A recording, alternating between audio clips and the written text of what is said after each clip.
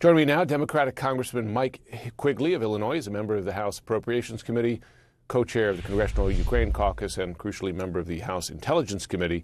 Congressman, thanks so much for taking the time this evening. Glad to be back. Thank you. So first, let me ask you about the president's statement just in the last couple of hours, raising the possibility of regime change. Do you read that now as the administration's objective here? Is that official U.S. policy? Well, you got to take the president at his word, as scary as it sounds. I mean, one and done is one thing, which certainly invites retaliation, concern for our troops and civilians, 40,000 of them in the Middle East, and as a state sponsor of terrorism, real concerns for terrorist attacks in the homeland. But this is a whole different ballgame, and regime change isn't going to be accomplished by anyone's thoughts with missile strikes, bombing. It's obviously would have to be troops on the ground. So for a president who campaigned on isolationism, who would keep us out of any conflict just months into his term, this is a war. Yeah. Your reaction to the strikes that you posted on Sunday said that you would prefer diplomacy as a solution here. Do you see diplomacy as still a realistic path? If you have the U.S. president at least floating the idea of regime change, what would Iranian officials, how would they trust a negotiation, given not just that the president ordered military action, while at the same time he said he was still pursuing negotiations? You'll remember those statements from the White House podium just in the last several days. Is a diplomatic path still realistically open? You know, we always say there's always room for diplomacy, but it's just hard to imagine that the supreme leader and anyone in Iran would trust us at this point in time. It's still important to remember as well that diplomacy is the only thing that really slowed and kept Iran from moving forward with the JCPOA, the Iran deal that I supported and voted for. Iran was in compliance with that deal. They weren't moving forward with the material necessary for a bomb. They were in compliance. And in his first term, President Trump pulled us out of that deal.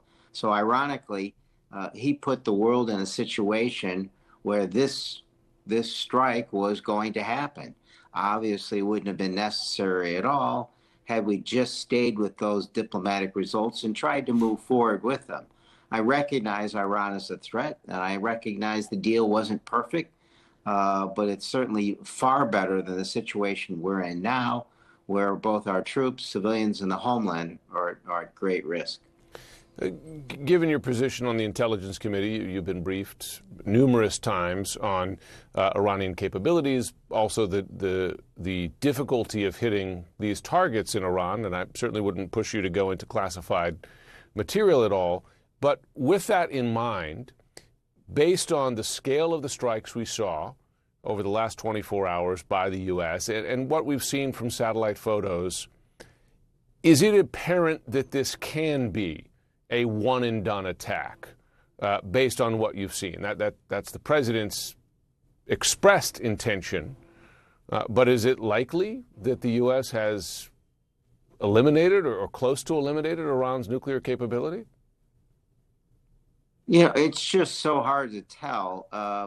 And as I think your earlier reporting said, it's early. And, you know, I've been on the committee over 8 years now. All I can speak about is generally it takes some time to truly assess what has taken place there. And obviously in a denied area, that's even more difficult.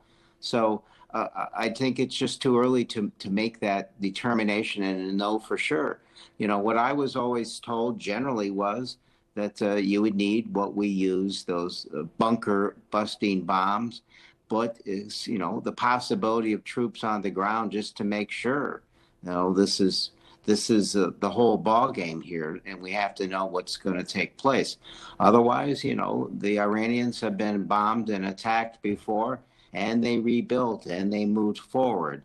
So in the final analysis, it was always going to involve diplomacy, albeit with an extraordinarily difficult opponent here. As you well know, given your long service on the Intel Committee, through multiple presidents of both parties, it has been protocol to brief members of the relevant committees, including Intel, without regard to party. Republicans and Democrats get briefed. It's CNN's reporting that there was not an equal sharing of information by this administration with Republicans and Democrats. Are you concerned that that raises the prospect that the intelligence on the aftermath of this strike will or could be politicized in some way? Well, first, it makes the decision and the manner of going forward a political one by President Trump, which is concerning. And I don't know exactly, because I haven't been in Washington since the attacks. I'll know a lot more tomorrow. It's my understanding that most Democrats were not informed, and perhaps only the Gang of Eight were informed about this. But what I'm hearing is the Republicans were got a much deeper briefing, and the Democrats were just on the Gang of Eight were just giving a heads up on this. I have had concerns since Trump took office the second time that intelligence would be politicized on a number of fronts. It's hard to tell. You don't know what you don't know and what you're not being told. So the best we can do is to push as hard as possible to make sure that the administration is being candid with us, particularly on these sensitive committees. Congressman Mike Quigley, thanks so much for joining tonight.